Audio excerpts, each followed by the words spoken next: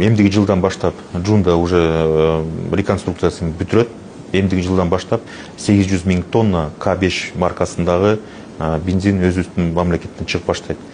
Кризисти ушу быйылкы жылдын эмесинен эптеп чыгарсак, анын өсүшүнө карабастан, эмнесине карабастан мамлекет толугу менен ушул объемду камсыз кылганга аракетин көрөт.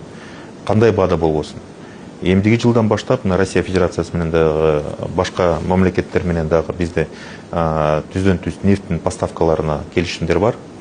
Джунданын объему бар. Андан тышкары өзүңүздөр билгендей Кыргызнефтегазтын дагы жаңы К5 маркасына Заманбап заводу 28-жылы ишке кирилет. Ошо менен буюрса ички коопсуздук камсыздоо маселеси да толугу менен чечилет.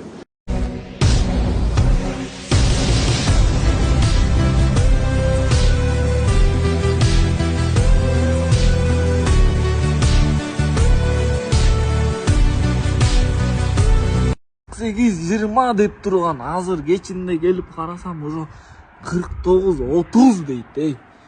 Міне бұл не деген кымбатчылыгы, бензинин 109. Алайын десең там кымбат. Эптеп бир жашайын десең квартираң кымбат. Жакшылап бир жейин десең анда да бир продукты кымбат. Кайда барабыз?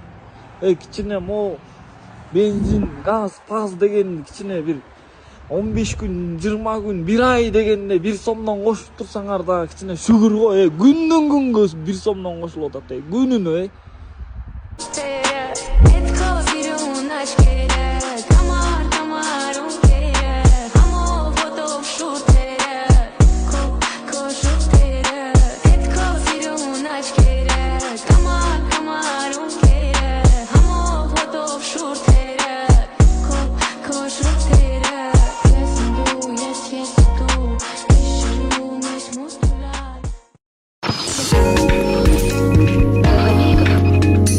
Канал номер 1. Биз менен